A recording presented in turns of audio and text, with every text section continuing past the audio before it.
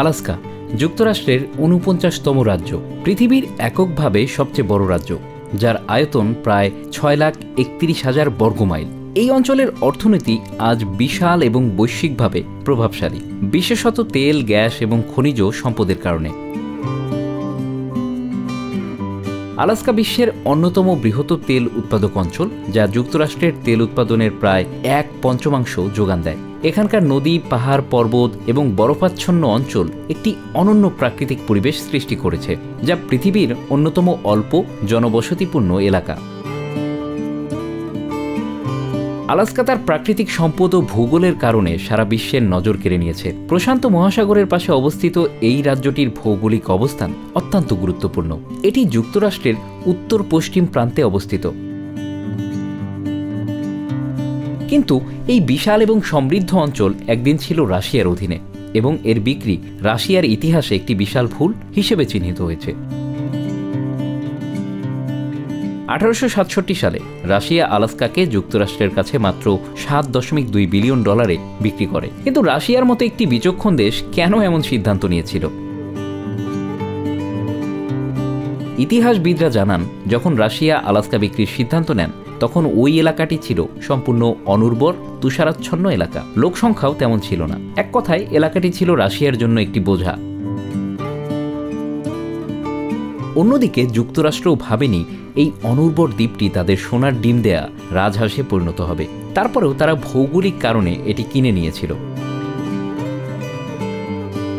Alaska রাশিয়ার থেকে কেনার পর এটি দীর্ঘ সময় ধরে একটি আঞ্চলিক উপনিবেশ হিসেবে ছিল, এবং সেখানকার উন্নয়ন বেশ ধীর গতিতে শুরু হয়েছিল।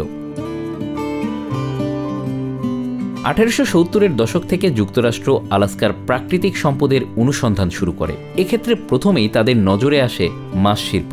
ধীরে ধীরে আলাস্কা বিশ্বের মাছ ধরা শিল্পের অন্যতম বড় কেন্দ্রে পরিণত হয়। বিশেষ করে স্যালমন, কড, হ্যালিবার্ড এবং পোলক মাছের জন্য এটি পরিচিত। বর্তমানে এই মাছ ধরা শিল্প থেকে বছরে শত শত মিলিয়ন ডলার রাজস্ব আয় করে আলাস্কা। একই সময়ে যুক্তরাষ্ট্র আলাস্কা থেকে স্বর্ণ এবং খনিজ সম্পদ উত্তোলন শুরু করে। ১৮৯০-এর দশকে এটি ব্যাপক হারে শুরু করা হয়। ১৯০০ দশকের মধ্যভাগে সেখানে শুরু হয় তেল, গ্যাস ও কয়লার অনুসন্ধান। ১৯৬০-এর দশকে আলাস্কায় তেলের বড় বড় মজুতের সন্ধান পাওয়া যায়। এরপর থেকে আলাস্কা যুক্তরাষ্ট্রের সবচেয়ে বড় তেল উৎপাদনকারী অঞ্চল হিসেবে গড়ে ওঠে। বর্তমানে যুক্তরাষ্ট্রের উৎপাদিত তেলের প্রায় ২০% আসে আলাস্কা থেকে। ১৯৫৯ সালে আলাস্কা যুক্তরাষ্ট্রের ৪৯তম রাজ্য হিসেবে আনুষ্ঠানিকভাবে প্রতিষ্ঠিত হয়, এবং তখন থেকে যুক্তরাষ্ট্র সেখানে আরও ব্যাপক পরিসরে অর্থনৈতিক, প্রশাসনিক ও সামরিক কার্যক্রম শুরু করে। বর্তমানে আলাস্কা তার প্রাকৃতিক সৌন্দর্য, বিশেষত বরফাবৃত পাহাড়, অন্যরকম বন্যপ্রাণী এবং অ্যাডভেঞ্চার ভ্রমণ সাইটের জন্য একটি জনপ্রিয় পর্যটন গন্তব্য। প্রতি বছর লাখ লাখ পর্যটক সেখানে বেড়াতে যান, যা রাজ্যটির অর্থনীতিতে বড় ভূমিকা পালন করে।